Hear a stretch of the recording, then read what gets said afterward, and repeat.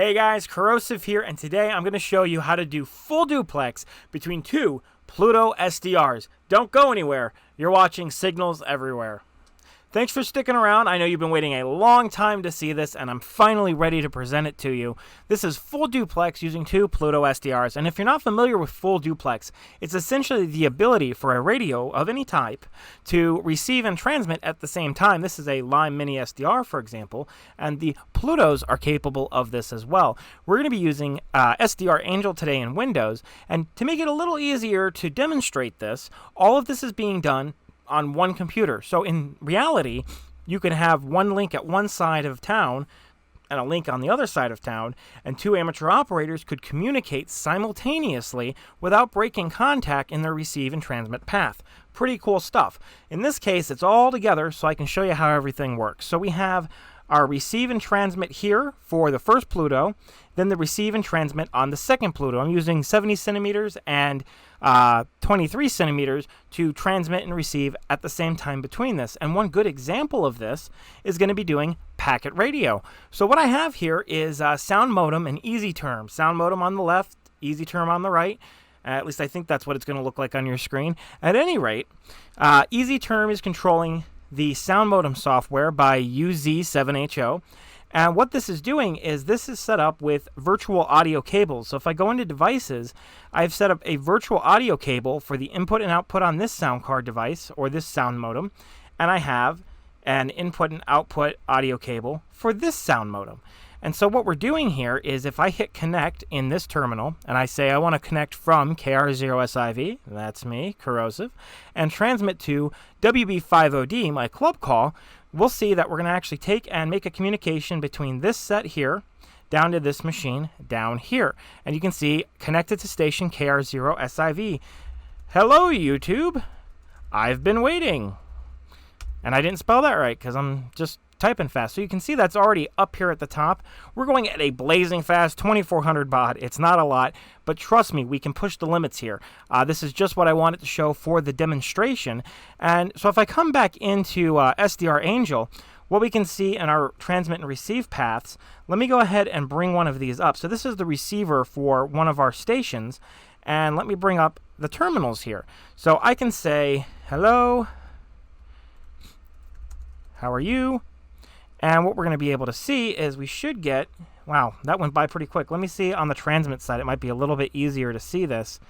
We should be able to see the communication between these two radios happening on the SDR.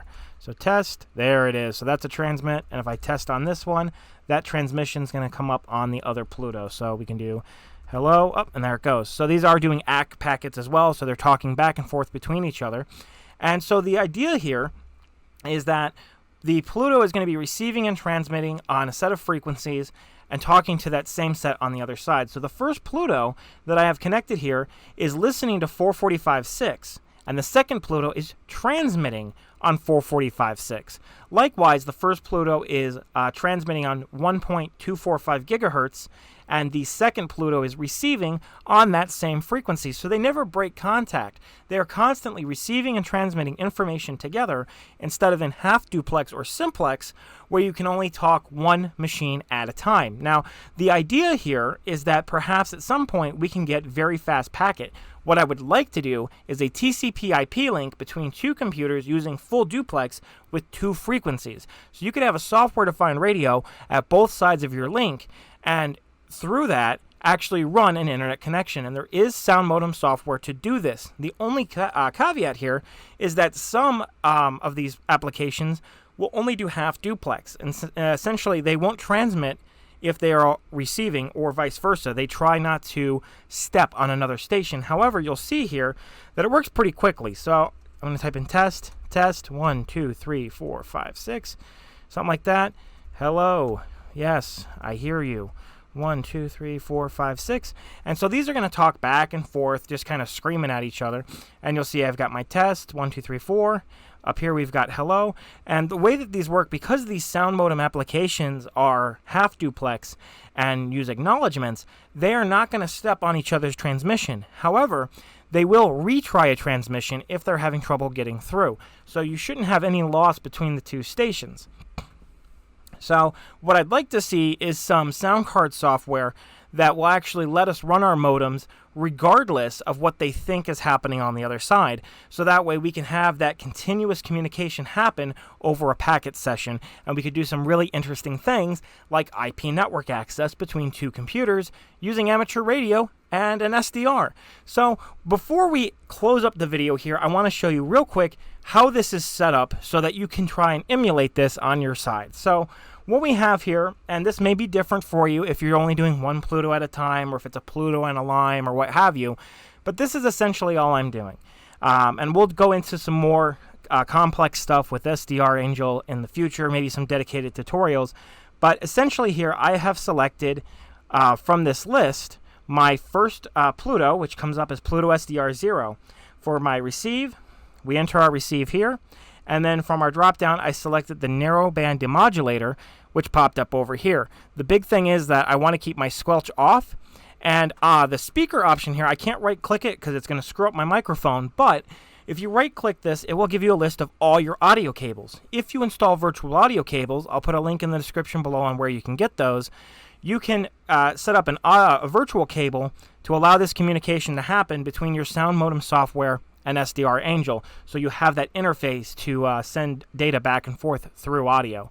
I also turned my volume level to 2 on all of these, and I'm using a 12.5 kilohertz channel.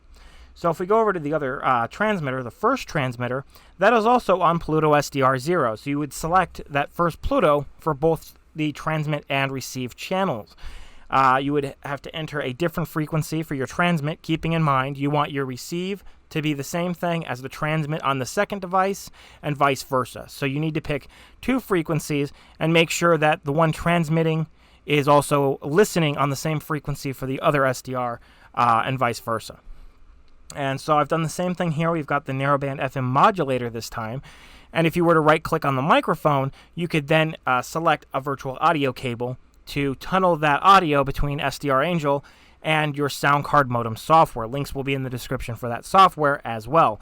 And of course, you want these to match. I am also using 12.5 kilohertz of bandwidth here, and I have my volume set to 2. Make sure you left click on that mic so that it is enabled for transmit. And then we have the receive and transmit on the other Pluto, mirroring the exact same settings. So it is pretty straightforward, but amazingly powerful. One other point I'd like to note here, however, is that on your receivers, take your gain and turn it down. If you can, test with a radio first. Here I have one of my Motorola UHF radios. These things are very sensitive, and if you leave the gain at the default of 40, you are going to blow out your front end, and the software is not going to be able to make sense of what you are sending to it. So make sure you turn the gain down and then slowly turn it up and find that sweet spot. Same thing with your audio settings. If your audio is too quiet or if it's too loud, you're going to have problems demodulating your audio. So keep that in mind. Before we go here, I do want to show you one last thing that's pretty cool with this software here. Is I'll disconnect. We can also come into WB50D-3. This is an old BBS style mailbox. So if we come to the station here, you'll find we're going to connect to that BBS or that mailbox, and here in a moment it's going to prompt us with some commands. So I don't have any messages in my easy term, but I can type in help, and we'll wait for a response back, and this is actually going to give us a list of commands that we can use. So you can leave a message in a mailbox for another operator and things of that nature. And of course, you can run this software over a traditional radio as well. The interesting thing here is with software-defined radio, we don't have to worry about the constraints against the bandwidth of your radio, whether or not you're tapping the audio directly past, discriminators and things like that. You can pipe the audio directly into the software itself, the software-defined radio. So it's pretty nice to see what you can do here. We've got a list of different commands. We can log out. We can do help again.